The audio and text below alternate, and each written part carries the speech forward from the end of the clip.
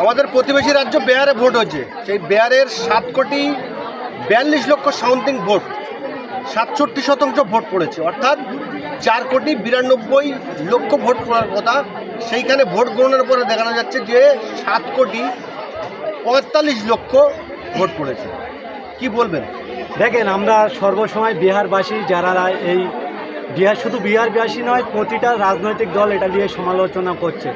আমরা বলি যে যেটা হচ্ছে টার্গেটপূর্ণ ভোটার, তাছাড়াও অতিরিক্ত ভোটার কিভাবে সেখানে আসে। আমরা সর্বসময় শুধু বিহার নয়, এই ভারতবর্ষের বিভিন্ন রাজ্যগুলো এই এজেন্ডা নিয়ে তৈরি করা হয়েছে যে মানুষের গণতন্ত্রকে লুট করে, মানুষের অধিকার থেকে ভুলান্বিত করে এবং রাজক্ষমতাকে ধরে রাখার জন্য তারা রণকৌশল কাজ করছে। কখনো আইপ্যাক দিয়ে কাজ করছে, কখনো এজেন্সি মারফত কাজ করছে, কখন সরকার দায়িত্ব নিচ্ছে যে গণতন্ত্রকে হত্যা করতে হবে।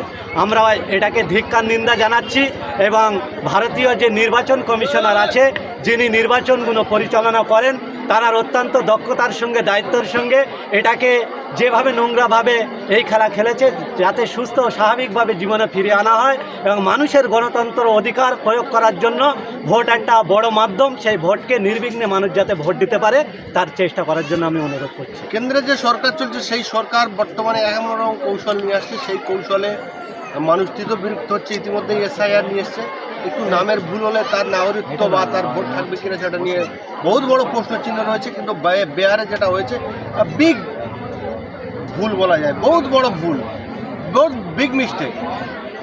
কি বলবেন এই প্রশ্ন?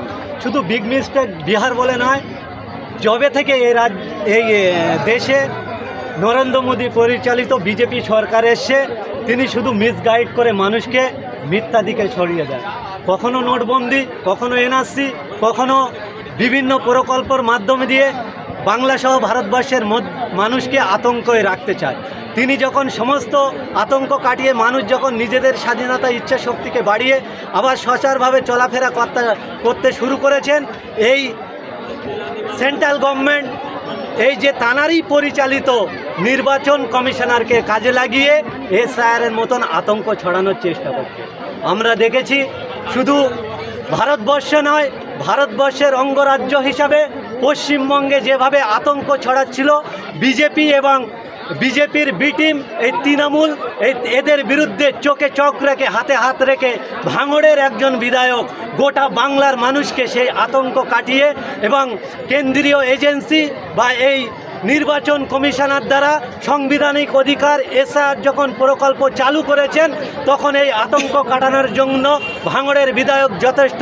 ভাঙড়ের বিধায়ক বলছে কোনো রাজনৈতিক চক্রে না পা দিয়ে নিজেদের ডকুমেন্টসগুলো সঠিকভাবে এলাকার BLO অর্থাৎ বুথ লেভেলের অফিসারের দেওয়া ফর্মে নথিবদ্ধ করুন এবং যোগের মুখে যেমন নুন দিলে জব্দ হয়ে যায়, ঠিক নিজেদের সঠিক পরিচয়পত্র এই SIR-এর ফর্মে ফিল আপ করে BLOর হাতে দিয়ে কেন্দ্র সরকার এবং রাজ্য সরকারকে প্রতিহিত করার জন্য তিনি নিদান দিচ্ছেন। বিহারে যেটা হয়েছে সেটা দিনের আলোর মতো পরিষ্কার যে কিছু একটা গণ্ডগোল হয়েছে, সেই নিয়ে আতঙ্কিত রয়েছে রাজ্যের মুখ্যমন্ত্রী এবং second in command Abhishek Bandyopadhyay. যদি নাকি বিহারের মতো পশ্চিমবাংলা হয়, তাহলে কিন্তু তৃণমূল সরকার আর ক্ষমতায় থাকতে পারবে না। কী বলবেন এই প্রশ্নে? দেখেন, কোন অভিষেকের কথা বলছেন আর কোন রাজ্য সরকারের কথা বলছেন জানি না। এই অভিষেক বন্দ্যোপাধ্যায় 2023 সালে তিনি বলেছিলেন যে পশ্চিমবঙ্গে বিরোধীরা যদি নমিনেশন না করতে পারে, এই অভিষেক বাবুর কথা অনুযায়ী বিরোধীদের দাঁড়িয়ে থেকে নমিনেশন করিয়ে দেবেন।